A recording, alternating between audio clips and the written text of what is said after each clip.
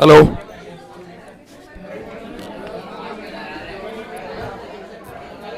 हाँ भाई बच्चों, बिल्कुल भी शोर मत करो और ये लगा लो सिलेबस का सेकंड लास्ट चैप्टर स्टार्ट कर रहे हैं हाइड्रोकार्बन्स। संडे वाली क्लास के अंदर आप लोगों को जीओसी के अंदर बहुत इंपॉर्टेंट टॉपिक्स कराए गए थे। आप जो बच्चे छुट्टी पे थे जरूर कवर कर लेना वीडियो से। उसमें आइसोमेरिज्म भी हो गया, प्यूरिफिकेशन ऑफ कंपाउंड्स के अंदर से न्यूमेरिकल्स भी हो चुके हैं, तो वो बहुत इजी है, कर लेना। सवा घंटे की लगभग क्लास हुई थी तो अच्छे से उसको कवर कर लेना। बात ये है कि आज हम हाइड्रोकार्बन करेंगे और पहला ही टॉपिक इस चैप्टर का बच्चों देखो, जब टीचर बोलना शुरू कर दे तो ये अपने आप ही होता है सेल्फ अंडरस्टूड कि हमें चुप हो जाना चाहिए अब, क्योंकि अब पढ़ाई स्टार्ट हो चुकी है। उससे पहले तो कुछ नहीं था ना, लेकिन इतनी कॉमन सेंस भी नहीं लगा रहे तो फिर तो क्या ही करें भाई। तो बात ये है भाई,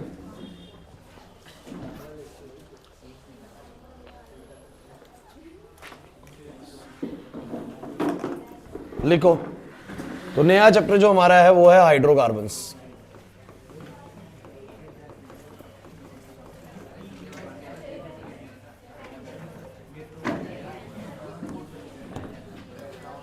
पहला ही टॉपिक जो कराऊंगा वो एग्जाम में आता है भाई, पहला ही टॉपिक जो कराऊंगा सीधे सीधे, ठीक है। आज की पहली क्लास में जो कराऊंगा वो एग्जाम के लिए बड़ा ही ज्यादा इंपॉर्टेंट है, तो लिख लीजिए। पहली बात, आप लोग मुझे ये बताइए हाइड्रोकार्बन्स होते क्या हैं? What do you mean by hydrocarbons? बहुत ही सिंपल से कंपाउंड्स जिनके अंदर जिनमें दो चीजें होंगी, हाइड्रोजन और कार्बन। बहुत सिंपल, कुछ नहीं करना बस भाई। पूरे चैप्टर के अंदर सिर्फ हम ऐसे कंपाउंड्स को डिस्कस करने वाले हैं जिनमें कार्बन और हाइड्रोजन होगा। मैं तुम लोगों को एक बात क्लियर कर दूं, जैसे ऑर्गेनिक केमिस्ट्री शुरू हुई, सबसे पहली बार ऑर्गेनिक केमिस्ट्री के बेसिक कॉन्सेप्ट्स आप लोगों ने 10th क्लास के अंदर कार्बन एंड इट्स कंपाउंड्स में पढ़े थे रौनक। उसके बाद आप लोगों ने ऑर्गेनिक केमिस्ट्री का पहला चैप्टर 11th में जो पढ़ा, ये दूसरा चैप्टर था बेसिकली, क्योंकि पहला चैप्टर ऑर्गेनिक का आप लोगों ने पढ़ा 10th क्लास के अंदर, carbon and its compound. Second chapter आप जीओसी पढ़ते हैं जिसमें आप नोमेनक्लेचर सीखते हैं, कुछ इफेक्ट सीखते हैं जिनका अभी तक आपको समझ नहीं आया कि इस्तेमाल क्या करना है। इंडक्टिव का, रेजोनेंस का, हाइपर कंजुगेशन, इस्तेमाल अभी तक समझ नहीं आया। लेकिन अब जो शुरू हो रहे हैं, यानी तीसरा चैप्टर जो ऑर्गेनिक का शुरू हो रहा है, यहां से हम डिफरेंट क्लास ऑफ कंपाउंड्स को पढ़ेंगे। अब आप कहोगे सर क्या मतलब है क्लास ऑफ कंपाउंड्स का? तो भैया ऐसे पढ़ोगे जैसे कि पहले सारे वो कंपाउंड्स के बारे में पढ़ोगे जिनको हमने हाइड्रोकार्बन्स बुलाया है, यानी ऐसे सभी कंपाउंड्स की स्टडी करी जाएगी जिनमें जो किससे मिलकर बने हुए हैं, सिर्फ कार्बन और हाइड्रोजन से। जैसे ही आप 12th क्लास के अंदर जाएंगे आप ये चैप्टर्स भी पढ़ेंगे जिनका नाम है अल्कोहल्स, यानी ऐसे कंपाउंड्स पढ़ेंगे जिनके अंदर कुछ कार्बन चेन के साथ बोलो क्या लगे होते हैं, OH। पूरा चैप्टर पढ़ेंगे। फिर ऐसा चैप्टर भी पढ़ेंगे जिसमें अल्डिहाइड्स होंगे बस, यानी RCHO जिनमें CHO ग्रुप होता है। कीटोन्स होंगे, ऐसे वाले कंपाउंड भी पढ़ोगे। कार्बोक्सिलिक एसिड होंगे, मतलब ये सारे कंपाउंड जिनमें COOH होता है वो सब क्या होते हैं बोलो, कार्बोक्सिलिक्स होते हैं। ऐसे सभी कंपाउंड जिनमें CH होता है वो कौन होते हैं बोलो, अल्डिहाइड्स होते हैं। इनको क्लास ऑफ कंपाउंड्स बोलते हैं। Why they are said to be class of compound? जैसे आपके स्कूल में बच्चे भले ही 2000 हो लेकिन क्लास मात्र 10 ही होंगी, तो जो एक जैसे कैरेक्टरिस्टिक्स वाले बच्चे थे, जिनका एज ग्रुप एक जैसा था, या जिनका बुक्स एक जैसा था, जिनकी प्रॉपर्टीज एक जैसी, जिनके टीचर्स एक जैसे थे, उन सबको एक ही कैटेगरी में डाल दिया गया। तो वही करा गया, इन सबको क्लासेस बोला गया। कहने का मतलब ऐसे कंपाउंड जिनमें सब में CHO था, उन सबका बिहेवियर एक जैसा था, उन सबको एक क्लास ऑफ कंपाउंड बोला गया। ऐसे ही ऐसे कंपाउंड जिनके अंदर OH था, उन सबका एक जैसा बिहेवियर था, उनको एक क्लास में रखा गया। तो आपको जो है ना पहली क्लास पढ़ाई जा रही है हाइड्रोकार्बन्स। कहने का मतलब आपको उन सभी कंपाउंड्स के बारे में पढ़ाया जाएगा जो किससे मिलकर बने हुए, कार्बन और हाइड्रोजन से। तो मैं कहता हूं the compounds which are formed through carbon and hydrogen are called hydrocarbons। ऐसे कंपाउंड्स का क्लासिफिकेशन हम पहले ही कर चुके हैं। एक आप लोगों ने अल्केन पढ़ा था, याद करिए। एक आप लोगों ने अल्कीन पढ़ा था, एक आप लोगों ने अल्काइन पढ़ा था, याद है? नहीं आ रहा याद? मतलब कहने का मतलब जिनमें आपको पता है कार्बन जितने होते हैं, जितने कार्बन होते हैं, अगर हाइड्रोजन की संख्या उसके दुगने से 2 ज्यादा होती है, नहीं आ रहा याद, ऐसा कुछ पढ़ा था, जितने कार्बन होते हैं हाइड्रोजन अगर दुगने होते हैं, जितने कार्बन होते हैं हाइड्रोजन दुगने से 2 कम होते हैं। लेकिन इन सब में एक चीज कॉमन है, बताओ जरा क्या? इस सब मिलके बने हुए कार्बन और हाइड्रोजन से, इन सभी कंपाउंड्स में एक चीज सेम है, that they all are made up from only carbon and hydrogen. One contains all the single bonds in the compound, one contain double bond, one contain triple bond, but एक बात सब में same है, they all are made from the carbon and hydrogens, so that is why they are called hydrocarbons। तो इस पूरे chapter में मैं आपको जो पढ़ाने वाला हूं, मैं पढ़ाने वाला हूं हाइड्रोकार्बन्स के बारे में। और हाइड्रोकार्बन्स किस किस तरह के हैं, जैसे कि मैं बोल दूं एक चीज कंपाउंड बोल दूं C2H6, तो आप लोग बोलोगे सर इसका क्या हो जाएगा CH3। अगर मैं बोल दूं C2H4 तो आप लोग बोलोगे कार्बन के 2 हाइड्रोजन के साथ ऐसे करके, इसके साथ बोलो क्या बोल दोगे? अगर मैं बोलूं C2H2 तो आप बोलोगे ट्रिपल बॉन्ड आ जाएगा और ऐसे आ जाएगा। इन सभी कंपाउंड में किसी में सिंगल बॉन्ड है, किसी में डबल बॉन्ड है, किसी में ट्रिपल बॉन्ड है, जिनको मैं अल्केन, अल्कीन और अल्काइन बुलाता हूं। लेकिन one thing that is common in these compounds, that they all are made only from the carbon and hydrogen, and that is why they put in the same category of hydrocarbons.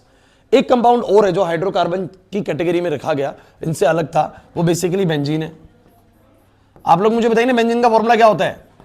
C6H6, 6 carbon 6 hydrogen, also hydrocarbon. क्या ये hydrocarbon कह सकता हूं? इसको कह सकता हूं मैं? नहीं कह सकता, इसमें ऑक्सीजन आ गया। Hydrocarbon means only carbon and hydrogen, that's, बस उसी को बोलेंगे हाइड्रोकार्बन। नहीं आया ना मेरी बात समझ में? पक्का क्या मैं कहना चाह रहा हूं जो क्लियर हो रहा है आप लोगों को? तो भैया बात ऐसी है कि बहुत सारा हम इसके बारे में पहले से जीओसी में पढ़ लेते हैं। क्या जीओसी में आप लोगों ने इनकी नेमिंग नहीं पढ़ी? इनकी भी पढ़ी, इनकी भी पढ़ी। तो नोमेनक्लेचर इस चैप्टर का पहला टॉपिक होता है हाइड्रोकार्बन्स का। नोमेनक्लेचर हमने इसका ऑलरेडी समझा हुआ है। याद करिए, पहले वाले कंपाउंड करते जिनमें फंक्शनल ग्रुप नहीं था, तो वो कंपाउंड सारे हाइड्रोकार्बन से थे, कार्बन और हाइड्रोजन के बने हुए। कर रखा है ना नेमिंग? तो नेमिंग डन है, दोबारा नहीं करेंगे इसके। सीधा मुद्दे पे आते हैं। आइए टॉपिक शुरू करता हूं वो वाला। चैप्टर में समझ में आ गया किन कंपाउंड से डील करने वाले पूरे चैप्टर के दौरान? सर डील करने वाले हैं ऐसे कंपाउंड जिनमें कार्बन और हाइड्रोजन होता है, शिवम।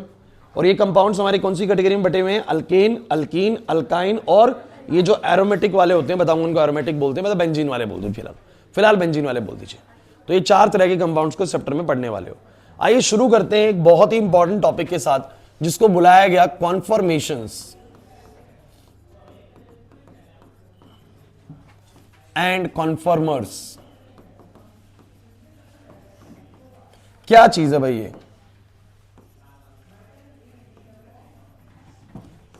सीबीएसई लगातार क्वेश्चंस पूछ रही है, मतलब पिछले साल भी क्वेश्चन आया था कॉन्फॉर्मेशन से, और उससे बैक टू बैक ईयर्स भी कॉन्फॉर्मेशन से क्वेश्चन आता है। एक कॉन्फॉर्मेशन आई जाती है। अभी होती क्या है कॉन्फॉर्मेशन, चलिए मैं समझाता हूं। आप लोग इस मॉलिक्यूल को सब बच्चे जानते हैं, C2H6। ढंग से सीखिए, आज ये पूरा एक टॉपिक है, मतलब पूरी क्लास खा जाएगा। C2H6 एक मॉलिक्यूल है। अब आप लोग मुझे बताओ कौन है? इथेन है। कैसे पता लगा इथेन? क्योंकि 2 कार्बन है। और अल्केन वाला क्यों है? क्योंकि सर जितने कार्बन है उसके दुगने से 2 ज्यादा हाइड्रोजन है। Sir it will be ethane. अब मेरी पूरी बात ढंग से सुनना, आशीष बातें नहीं बिल्कुल भी। तुम लोग इथेन के बारे में क्या जानते हो? तुम कहोगे सर 2 कार्बन होते हैं, 3 हाइड्रोजन इस पे लगे होते हैं और 3 हाइड्रोजन इस पे लगे होते हैं। तुम लोग बस इतना ही जानते हो। लेकिन आज मैं आपको दिखाता हूं कि इथेन नेचुरली देखने में कैसा कैसा आपको मिल सकता है। तो मेरे को इसके लिए 6 पेन की जरूरत पड़ेगी। 1 2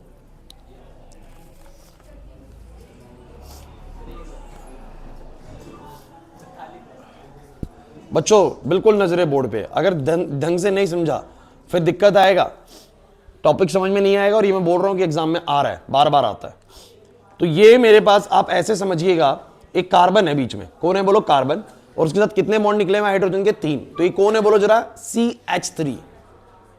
हाँ भाई अक्षत, कार्बन और यहां पर 3 हाइड्रोजन, बोलो क्या है? CH3। ऐसे ही इसका पिछले बॉन्ड से, पिछले वाले कार्बन से एक बॉन्ड होएगा ऐसे करके। अरे ऐसे करके एक कार्बन से बॉन्ड होएगा। तो यहां भी एक कार्बन है। बच्चों मैं बोला बॉन्ड नहीं बना रहा क्योंकि इतने सारे पेन में होल्ड नहीं कर पाऊंगा। तो मैं क्या करता हूं, पीछे वाले कार्बन के बॉन्ड्स भी आपको दिखाता हूं। इसके लिए तुम्हें एक बच्चे को मेरे पास आके एक पेन को फिक्स करना पड़ेगा। आगे से कोई बच्चा कर दो। जतिन एक पेन पीछे इसमें नीचे होल्ड करवा मुझसे, बस ठीक है। अब सुनिएगा भाई, ध्यान से, ध्यान समझिएगा। तो ये आगे के कार्बन के 3 हाइड्रोजन है, ये पीछे के कार्बन के 3 हाइड्रोजन है। ठीक है, ऐसे करके, मतलब ये ऐसे भी समझ सकते हो। और बीच में एक बॉन्ड और है, दिखाइए एक बार जतिन कोई करके, एक बॉन्ड बना के दिखाइए बीच में, ऐसे दिख रहा है अब आप लोगों को?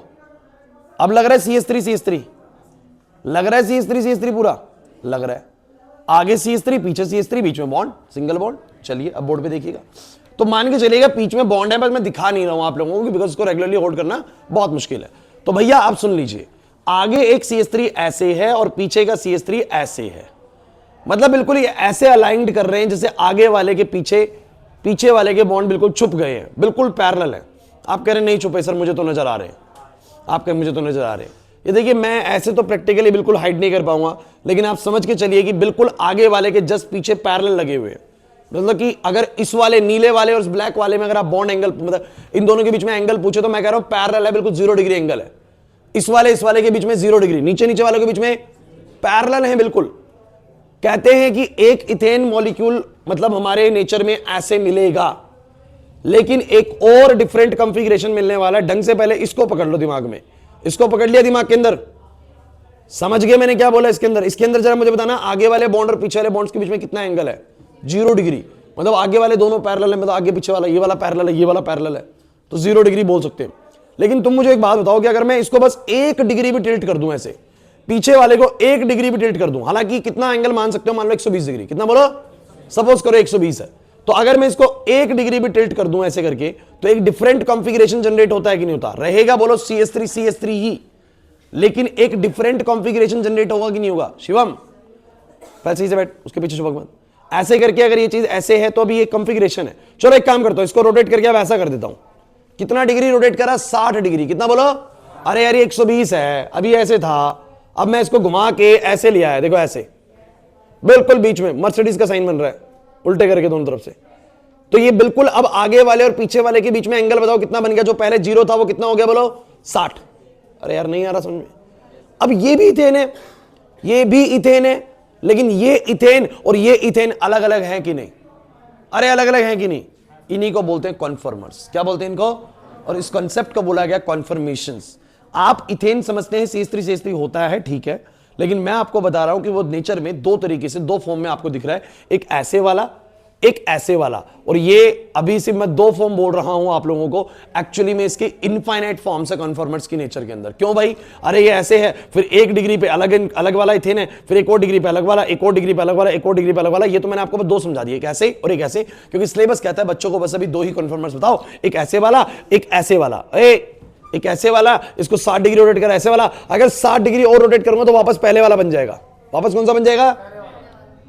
लेकिन मुझे तुम ये बताओ, जो ये कॉन्फ़िगरेशन बन रहा है, जो ये सेटअप बन रहा है, इससे मैं और कितने सेटअप तैयार कर सकता हूं? अगर मैं इसको 1 डिग्री भी रोटेट करूंगा तो डिफरेंट सेटअप तैयार होंगे कि नहीं होंगे? इनको बुलाया गया है कॉन्फॉर्मर्स। क्या बुलाया गया है? समझ नहीं आ रहा कुछ भी सर? आया कुछ समझ में? शिवम क्या समझ में आया बताओ? इथेन 2 टाइप के है ना, इथेन 2 टाइप के। एक ऐसा जिसमें आगे के CH3 के पीछे के CH3 छिप गए हैं। सुमित इधर छुप गए, मतलब पैरेलल है बिल्कुल। मतलब कि इसको मैं बताता हूं, इसको बोलते हैं डायहेड्रल एंगल। डायहेड्रल एंगल होता है आगे वाले बॉन्ड और पीछे वाले बॉन्ड के बीच में कितने का बॉन्ड एंगल बन रहा है, मतलब कितने का एंगल बन रहा है। तो आगे वाले और पीछे वाले कितने डिग्री बना रहे हैं? 0 डिग्री। समझ लो, क्योंकि ये सब करने के बाद मैं बोर्ड पे बनाऊंगा, तब मत ऐसे देखना कि क्या बना रहे हैं सर, इसलिए बोल रहा हूं पहले देख लो इसको अच्छे से। 5-10 मिनट पहले इसी को दिखाऊंगा, उसके बाद बोर्ड पे जाऊंगा, फिर नहीं तो समझ नहीं आएगा जब बोर्ड पे डायग्राम बनाऊंगा। इसलिए पहले एक बार दिमाग में अच्छे से डाल लो कि सर क्या दिखाना चाह रहे हैं इसमें। तो मैंने क्या बोला? आगे वाले CH3 के पीछे वाले CH3 अगर ऐसे छुप जाते हैं, बिल्कुल छिप गए हैं, छिप तब जाएंगे जब पैरेलल होंगे बॉन्ड आगे पीछे के, तो इसको बोलते हैं कि एक कन्फर्मेशन, इसका नाम सुन लीजिए, अब जब बोलूंगा बोर्ड पे दोबारा याद दिला दूंगा। इसको बोलते हैं एक्लिप्स्ड कन्फर्मर। क्या बोलते हैं इसको? एक्लिप्स्ड कन्फर्मर। कब? जब डायहेड्रल एंगल कितना होता है? 0 degree. Sir what is dihedral angle? Sir आगे वाले बॉन्ड और पीछे वाले बॉन्ड के बीच में जब पैरेलल होता है, 0 डिग्री का एंगल होता है, तब उसको बोलते हैं कि एक्लिप्स कन्फर्मर है। कौन सा बोलो? एक्लिप्स। आशीष लिख मत, बाद में लिखियो। और सुनो, अब अगर मैं इस वाले पीछे वाले कार्बन को ऐसे रोटेट करके ऐसा बना दूं, आशीष बता भाई, आगे वाला बॉन्ड जो ब्लू वाला है और ये ब्लैक वाला है, कितना डिग्री एंगल इनके बीच में? 60 डिग्री। बहुत बढ़िया, क्योंकि सर पहले 0 था, अब ऐसे घुमा दिया तो बोलो कितना हो गया? 60। अगर मैं करीब लाऊंगा तो आपको पता है 60 दिखेगा? अरे नहीं दिखेगा। अब ये कॉन्फ़िगरेशन आपको इथेन का दूसरा अलग लग रहा है कि नहीं लग रहा? सर इस कन्फर्मर का नाम होता है स्टैगर्ड कन्फर्मर। क्या बोलते हैं इसको? और ऐसे में डायहेड्रल एंगल कितना होता है? 60 डिग्री। चलिए कॉन्सेप्ट को कवर अप करते हैं। इथेन नेचर में दो फॉर्म में देखने को मिला, एक ऐसा जिसमें आगे वाले CH3 के पीछे वाले CH3 बिल्कुल हाइड हो जाते हैं, जब डायहेड्रल एंगल 0 डिग्री का होता है उसको बोलते हैं एक्लिप्स कन्फर्मर। क्या बोलते हैं इसको? फिर अगर मैंने बीच वाला ऐसे पीछे वाला ऐसे रोटेट कर दिया तो पता लगेगा आगे वाले और पीछे वाले के बीच में डायहेड्रल एंगल कितने का होता है? 60 डिग्री का। इस तरह के कन्फर्मर को बोलते हैं स्टैगर्ड कन्फर्मर। क्या बोलते हैं इसको? ऐसे कन्फर्मर क्या दो ही हैं? वैसे ऐसे कन्फर्मर्स बहुत सारे हैं, लेकिन हमें सिर्फ कितने करने हैं? 2 करने। क्या होते हैं कन्फर्मर? तो एक्चुअली में आगे वाले कार्बन और पीछे वाले कार्बन में अगर किसी एक कार्बन को रोटेट कर करके नई नई कॉन्फ़िगरेशन जनरेट करी जाए तो इन कॉन्फ़िगरेशंस को, इन सेटअप्स को हम क्या बोलते हैं? कन्फर्मर्स। क्या बोलते हैं? अरे नहीं आया समझ में? क्लियर? तो मुझे तुम सब बच्चे बताओ पहले तो जल्दी से, क्या तुम लोगों को 2 तरह के कन्फर्मर समझ में आ गए? एक्लिप्स और बोलो क्या? कैसे पहचानोगे एक्लिप्स कौन सा, स्टैगर्ड कौन सा है? अगर पीछे वाले के हाइड्रोजन्स के बॉन्ड, कार्बन के जो हाइड्रोजन वाले बॉन्ड है प्रिंस, आगे वाले के साथ छिप गए हैं, 0 डिग्री का डायहेड्रल एंगल बना रहे हैं, एक्लिप्स। और अगर 60 डिग्री का बना रहे हैं तो बोलो क्या? स्टैगर्ड।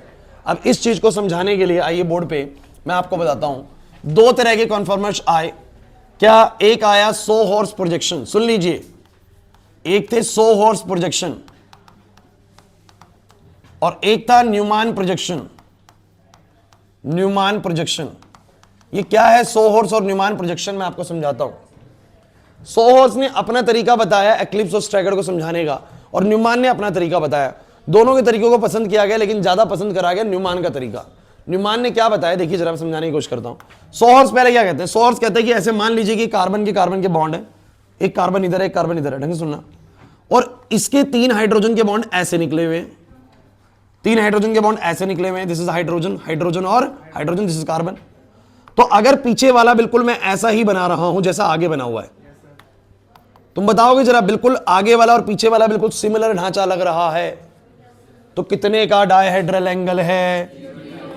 बहुत अच्छे। कितने का डायहेड्रल एंगल? बहुत अच्छे। Dihedral angle of 0 degree. सबको समझ में आ गया मैं क्या कहना चाह रहा हूं? आगे का CH3 पीछे का CH3 बिल्कुल हाइड कर रहा है, एक दूसरे को पैरेलल दिख रहा है, ये वाला इसके, ये वाला इसके, ये वाला इसके, नीचे वाला। बोलो क्लियर है? तो ऐसे वाले कन्फर्मर को हम बोलो क्या बोलते हैं? That will be a eclipsed confirmer. किसी को डाउट लगा क्या? जल्दी बोलो, किसी को डाउट लगा है तो? है भाई? अरे कुछ देर बाद तुमसे ही करवाऊंगा मैं, इसलिए बोल रहा हूं, अभी बता दो मेरे को। सबको समझ आ गया? चलो ठीक है। अगर मैं इसी का स्टैगर्ड बनाऊं तो स्टैगर्ड में डायहेड्रल एंगल कितना होगा? बोलो 60 डिग्री। आगे वाले CH3 के पीछे वाले CH3 बिल्कुल पैरेलल नहीं होंगे, उसके बिल्कुल बीच में बैठे होंगे। तो ऐसा मैं कुछ बोल सकता हूं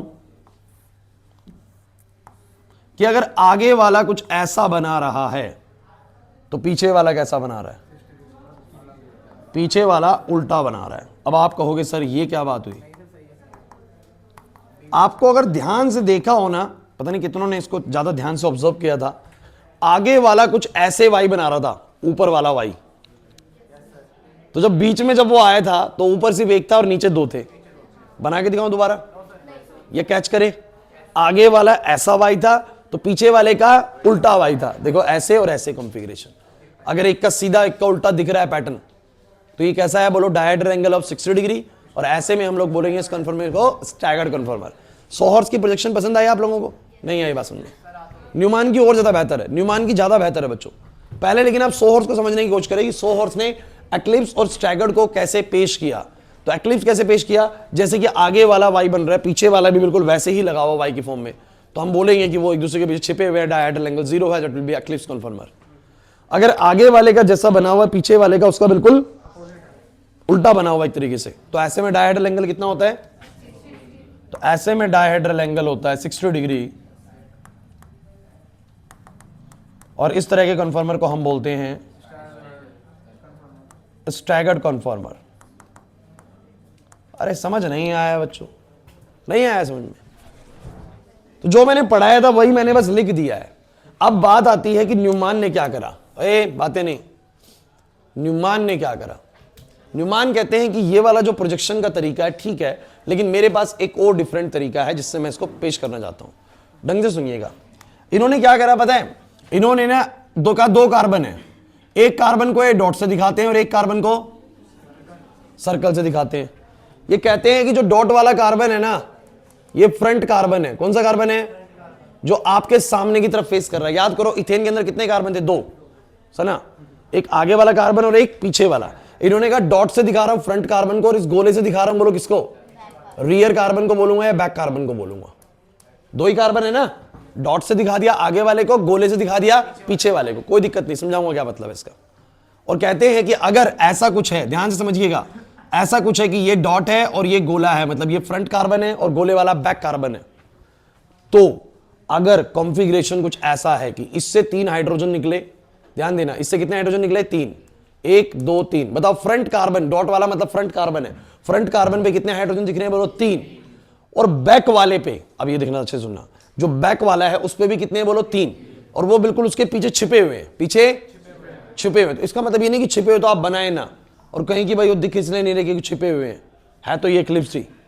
इतना ज्यादा सीरियस नहीं होना एक्लिप्स को लेके कि दिख ही नहीं रहे हैं सर, बिल्कुल 0 डिग्री का है, मैंने तो पीछे ही है इसके, आपको इससे नहीं दिख रहा, एंगल 0 डिग्री है। ये वाला काम नहीं करना। तो आपको दिखाना तो पड़ेगा। आप कैसे दिखाएंगे? आप दिखाएंगे थोड़ा 3D में कि ये इसके पीछे छिपा हुआ है, ये इसके पीछे छिपा हुआ है और ये वाला इसके पीछे छिपा हुआ है। अब ध्यान से देखिए, तो मैंने आगे वाले से 3 हाइड्रोजन निकाले और पीछे वाले से भी 3 हाइड्रोजन, और ऐसे निकाले जैसे ये बिल्कुल एक दूसरे के, बोलो क्या है? पैरेलल। थोड़ा सा 3D तरीके से समझिएगा। और ऐसे में मुझे बताओ बच्चों, डायहेड्रल एंगल कितने का? बोलो डायहेड्रल एंगल कितने का? 0 डिग्री।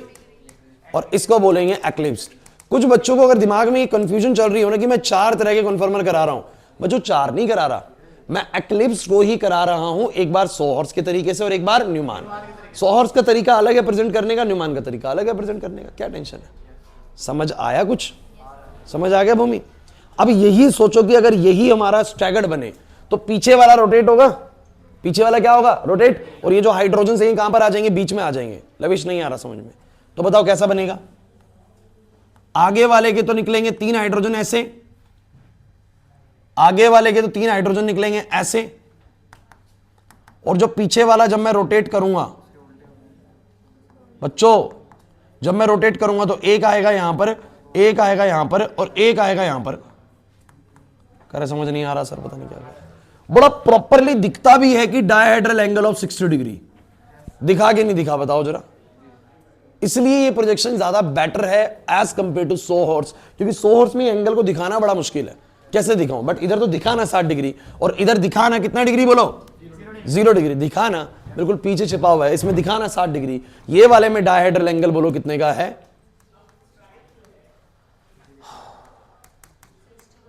और कौन सा प्रोजेक्शन है? स्टैगर्ड प्रोजेक्शन है, स्टैगर्ड कन्फर्मर है। सॉरी, बताओ क्या समझ नहीं आ रहा है इसके अंदर? तो इथेन के 2 कन्फर्मर्स होते हैं, बोलो कौन कौन से? एक्लिप्स्ड और बोलो कौन सा? स्टैगर्ड। एक्लिप्स्ड और स्टैगर्ड। एक्लिप्स में डायहेड्रल एंगल 0, स्टैगर्ड में डायहेड्रल एंगल 60 डिग्री। अब इन दोनों को बनाने के तरीके भी 2 हैं, या तो सोहर्स के तरीके से बनाओ या फिर बोलो क्या? न्यूमान।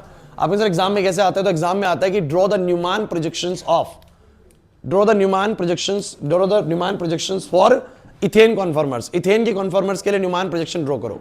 तो आप लोग एक्लिप्स कन्फर्मर ड्रॉ करेंगे, स्टैगर्ड कन्फर्मर ड्रॉ करेंगे न्यूमान के अकॉर्डिंग। सोहर्स के अकॉर्डिंग बोलेगा, सोहर्स के अकॉर्डिंग करेंगे। क्लियर हुआ कि नहीं हुआ? पक्की बात है। अब क्या चक्कर है कि आपकी एनसीईआरटी डिस्कस करती है बस इथेन को, बट अगर जब तुम थोड़ा सा एंट्रेंस अप्रोच पे जाओगे so they will discuss the propane as well as butane. Butane से आगे डिस्कस नहीं करते हैं, वो प्रोपेन का भी कन्फर्मर बनवाने की कोशिश करते हैं और किसका? बोलो ब्यूटेन का भी। तो आइए मैं आप लोगों को सिखाता हूं प्रोपेन और ब्यूटेन का भी। चलो बस चुप हो जाओ। प्रोपेन कौन होता है? इधर प्रोपेन होता है C3H8। जरा बताओगे कैसा होता है?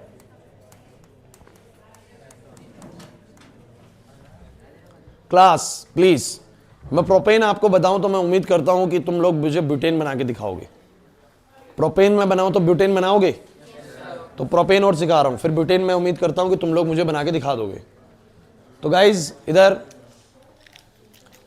अब पंगा क्या है? मैं न्यूमान बनाऊंगा, सबका न्यूमान ही बनाऊंगा, सोहर्स नहीं बनाएंगे। मेन इनके हायर उस पे जाने पे न्यूमान ही बनता है। अब कितने कार्बन हैं?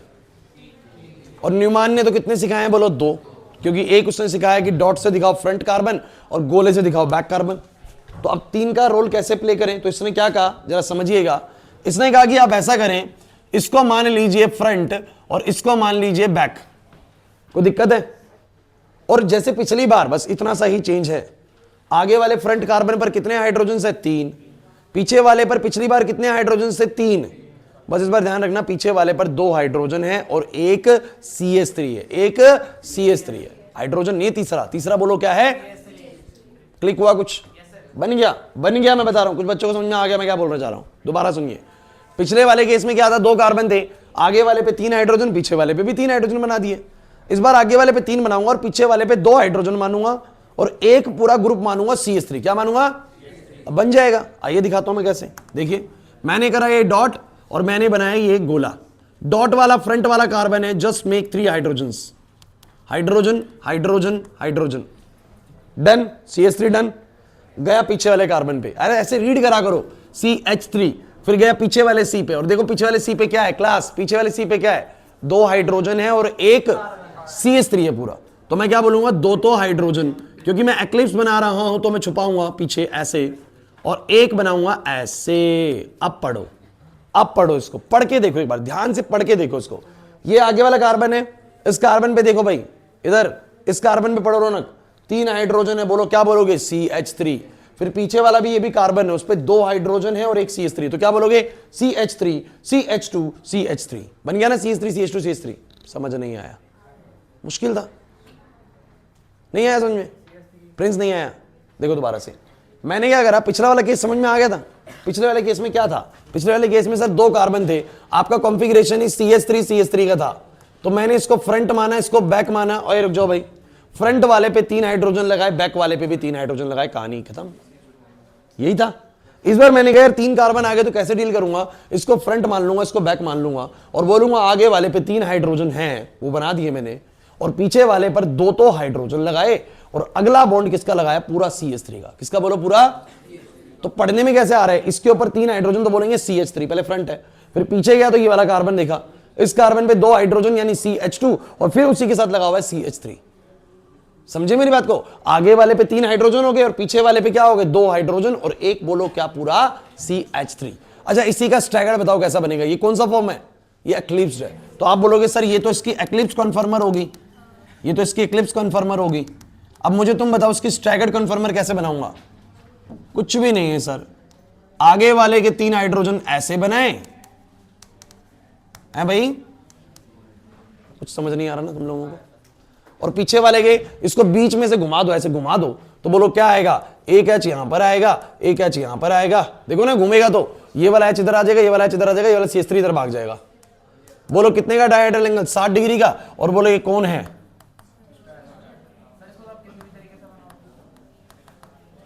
यार हमें 2 ही पढ़ने हैं, एक पढ़ने एक्लिप्स, एक पढ़ना स्टैगर्ड। एक वो जब डायहेड्रल एंगल 0 हो, एक वो जब डायहेड्रल एंगल 60 हो। होने को बीच में 50 डिग्री 30 डिग्री 40 डिग्री वाले भी हैं, लेकिन आप लोगों को वो नहीं पढ़ने हैं। उनके भी अलग अलग नाम है, आप लोग जब आगे जाके पढ़ेंगे तो गॉशे स्टैगर्ड करके भी है, एक सिर्फ गॉशे कन्फर्मर भी है, लेकिन ये सब आप लोगों को बाद में पढ़ना है, अभी नहीं पढ़ना है। आप लोगों के लेवल पे इतना ही है बस। हाँ हाँ, तो क्या हो गया? पीछे भी तो इथेन का मैंने यही करा है कि वो ऐसे भी एग्जिस्ट करता है, ऐसे भी करता है, दोनों फॉर्म्स उसके। हन्नी आएगा, हन्नी आएगा। हाँ हाँ, ये एक्लिप्स है और ये बोलो क्या है? स्टैगर्ड है। समझो मेरी बात को, ये एक्लिप्स है, ये बोलो क्या है? स्टैगर्ड है। ये वाला एक्लिप्स है, ये वाला स्टैगर्ड है। समझ नहीं आ रहा?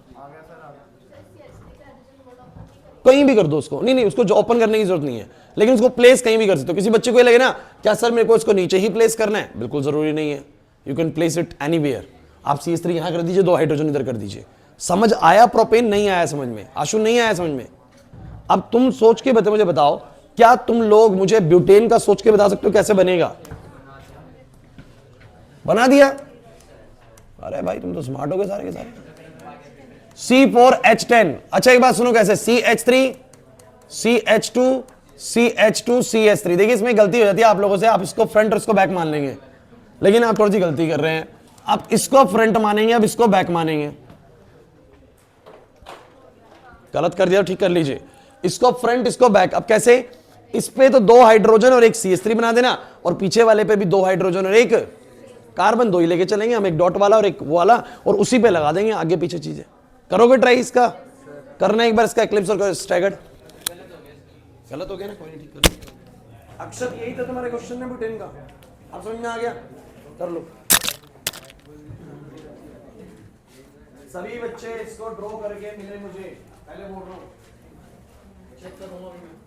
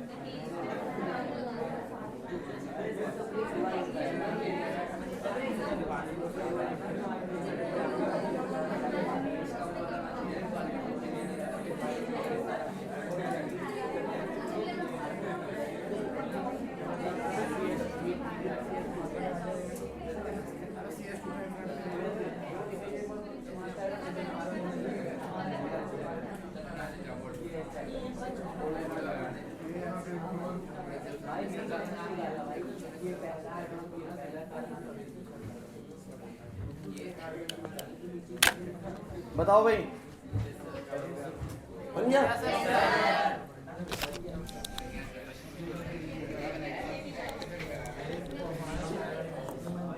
अब जरा ध्यान से देखो भाई, अगर इसमें देखा जाए तो CH3 CH2 CH2 CH3, इसमें बस ध्यान रखना है आप लोगों को, फ्रंट कार्बन पहले वाले को मानना नहीं है, फ्रंट मानना है दूसरे को और बैक मानना है तीसरे को।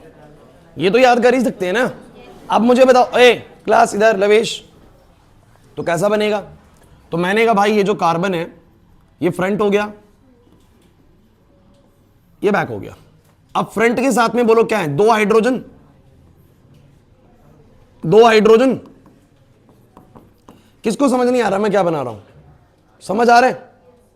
फ्रंट वाला इसको माना है तो दो हाइड्रोजन और एक CH3। अच्छा ये मत समझिए कि फिर कुछ और बन गया, अरे बनेगा ब्यूटेन ही, क्योंकि अगर फ्रंट पे दो हाइड्रोजन एक CH3 है तो ये CH3 ऐसे पड़ा जाएगा ना, CH3, फिर बोलो क्या पड़ा जाएगा? CH2। फिर पीछे वाला कार्बन और पीछे वाले पे दो हाइड्रोजन, पीछे वाले पे दो हाइड्रोजन और एक CH3, तो बोलो कौन आएगा? ये आएगा एक्लिप्स्ड कॉन्फर्मर, जिसका डायहेड्रल एंगल 0 डिग्री है। क्लियर हुआ या नहीं हुआ? सबको क्लियर है? सोच लो। चलो अब इसी को अगर तुम लोग स्टैगर्ड में बनाओगे तो क्या बनाओगे? फ्रंट वाले को मत छेड़ो, फ्रंट वाले को मत छेड़ो, हाइड्रोजन हाइड्रोजन और CH3, और पीछे वाले को रोटेट करोगे तो H, फिर H और फिर CH3, तो ये बन जाएगा स्टैगर्ड।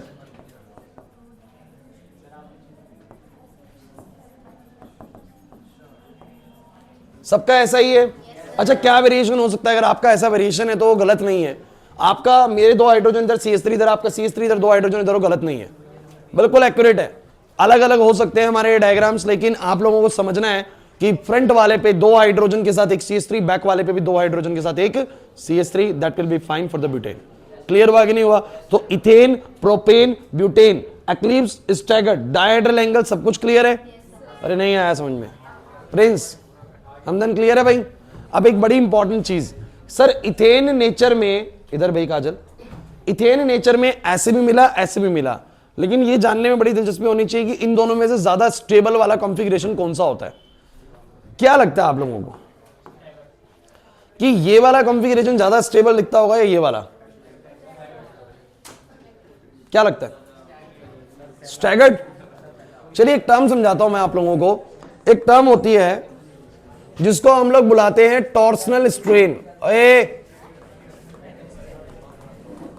ये ज्यादा है नहीं डिटेल में, बट थोड़ा बहुत है, थोड़ा बहुत सिलेबस में है, तो मैं हल्का सा बता रहा हूं।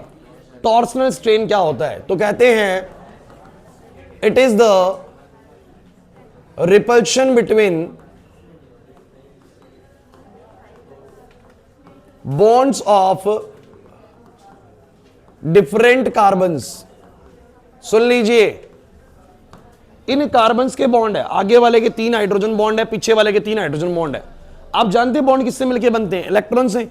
और इलेक्ट्रॉन्स जो है बेसिकली सबके सब नेगेटिवली चार्ज होते हैं, मतलब हर एक बॉन्ड का जो इलेक्ट्रॉनिक क्लाउड होता है वो कैसा होता है? नेगेटिव। अरे आगे वाले बॉन्ड्स भी नेगेटिव, पीछे वाले बॉन्ड्स भी नेगेटिव, तो सब एक दूसरे को बोलो क्या करते हैं? रिपेल। वेस्पर थ्योरी आप लोगों ने पढ़ा हुआ है, बॉन्ड्स एक दूसरे को बोलो क्या करते हैं? रिपेल। लेकिन बहुत जरूरी बात बोल रहा हूं, कार्तिक लिखमत भाई वंश, कि जब आगे वाला बॉन्ड पीछे वाले बॉन्ड के साथ रिपल्शन करता है ना, तो इसको बोलो क्या बोलते हैं? Torsional strain. कहते हैं मॉलिक्यूल में एक स्ट्रेन पैदा हो रहा है, खिंचाव पैदा हो रहा है, आगे वाले बॉन्ड पीछे वाले बॉन्ड्स को बोलो क्या कर रहे हैं? रिपेल कर रहे हैं। इस तरह के स्ट्रेन को बोलो क्या बोलते हैं? Torsional strain. अब मेरी पूरी बात समझिएगा, मैं आप लोगों से ही पूछूंगा। शोर ज्यादा कर रहे हैं ना बच्चे आज?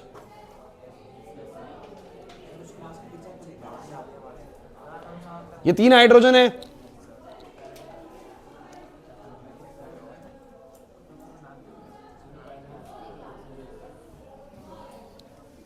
कौन सी क्लास से आ रहे हैं आप? मुझे एक बात का जवाब दे भाई। ए क्लास, आप बताइए बॉन्ड्स एक दूसरे को कब ज्यादा रिपेल करेंगे? जब वो ऐसे पैरेलल हैं या जब वो बीच में आ गए हैं ऐसे? चलो बताओ, ये दोनों ब्लू वाले पेन दिख रहे हैं आपको, इस तरफ वाले दोनों ब्लू, इन दोनों के बीच में रिपल्शन अब ज्यादा होगी या अब ज्यादा होगी? देखिए आप अंदाजा इस बात से लगा सकते हैं कि सर इनमें रिपल्शन तब ज्यादा होगी जब इनके बीच की दूरी कम होगी। अब दूरी कम पैरेलल के केस में होगी या ऐसे हो जाएगी? पैरेलल के केस में दूरी सबसे कम होगी, उसके बाद जितना मैं दूर जाता रहूंगा दूरी उतनी ही ज्यादा बढ़ती रहेगी, तो रिपल्शन क्या हो जाएगा? कम हो जाएगा। दो चीजों के बीच में सबसे कम दूरी तब होगी जब वो पैरेलल होंगी। क्या होंगी बोलो? मेरी बात को समझने की कोशिश करें। रौनक, क्लास यहां चल रही है भाई। तो जब दो चीजें पैरेलल होती हैं तो उनके बीच में रिपल्शन सबसे ज्यादा होगी, बिकॉज डिस्टेंस सबसे कम होगा। दिमाग नहीं आ रहा समझ में? और जब ये ऐसे होंगे तो पैरेलल नहीं होगी तो रिपल्शन सबसे कम होगा। तो आप मुझे बताइए किस केस में टॉर्सनल स्ट्रेन कम है?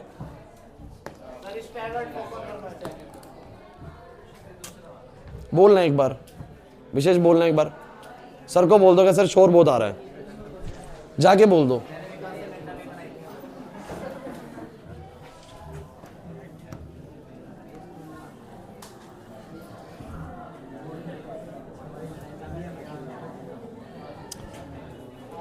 क्लास ए बोर्ड पे, तो मैं ये कहूंगा कि इन दोनों में से ज्यादा टॉर्सनल स्ट्रेन किस केस में है?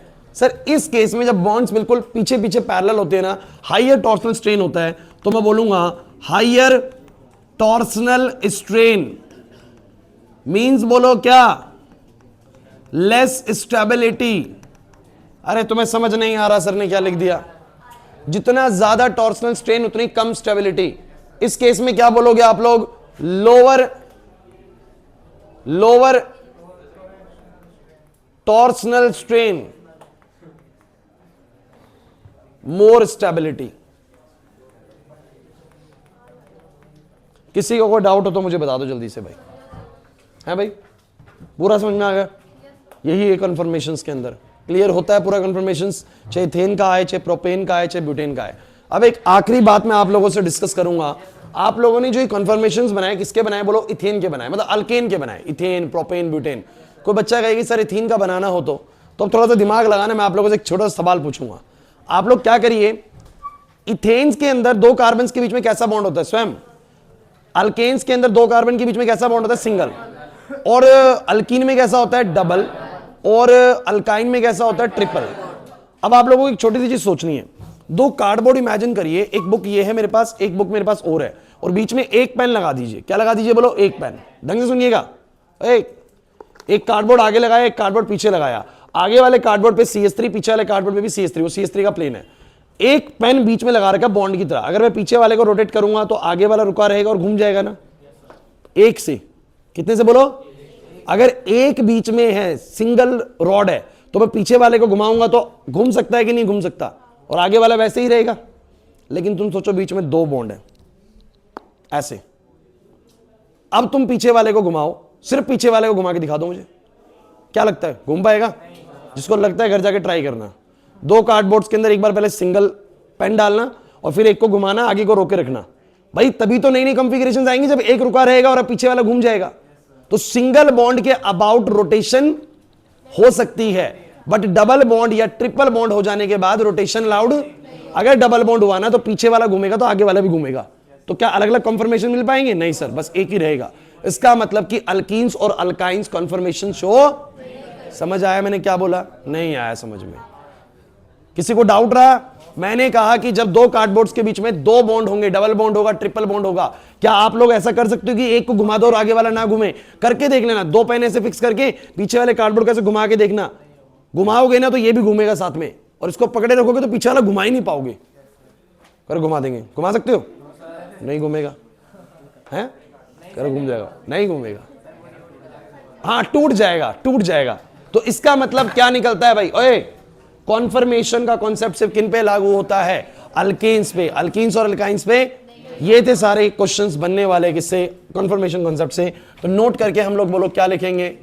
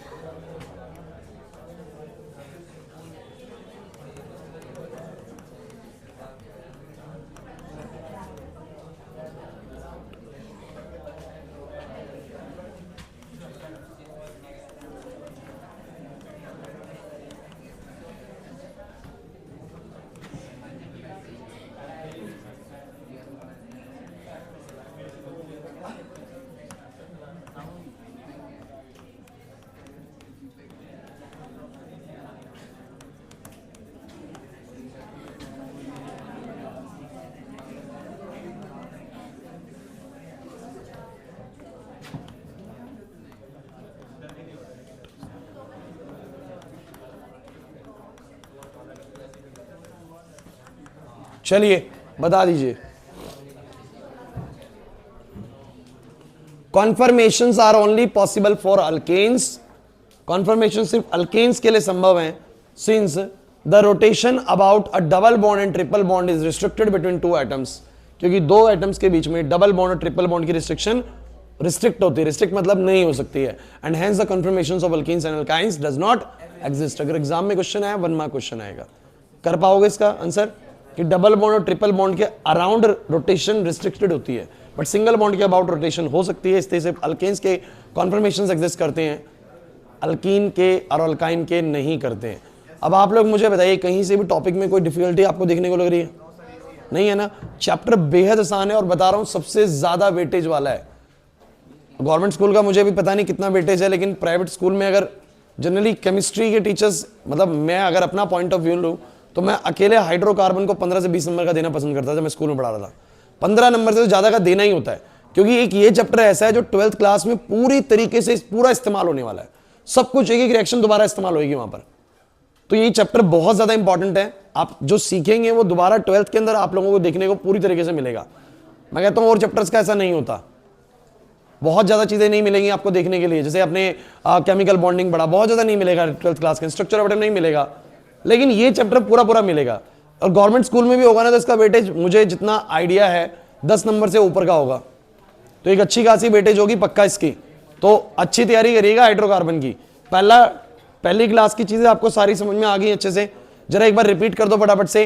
कॉन्फॉर्मर्स क्या होते हैं? तो सर जब भी हम 2 कार्बन एटम के अबाउट किसी एक कार्बन को रोटेट करते हैं तो नई नई कॉन्फ़िगरेशन जनरेट होती है, जिनको बोलो हम क्या बुलाते हैं? कॉन्फॉर्मर्स। और इस कॉन्सेप्ट को कॉन्फर्मेशंस बुलाते हैं। फिर मैंने क्या बोला, किस किस के कॉन्फॉर्मर्स बनाने हैं? बोलो इथेन, प्रोपेन, ब्यूटेन।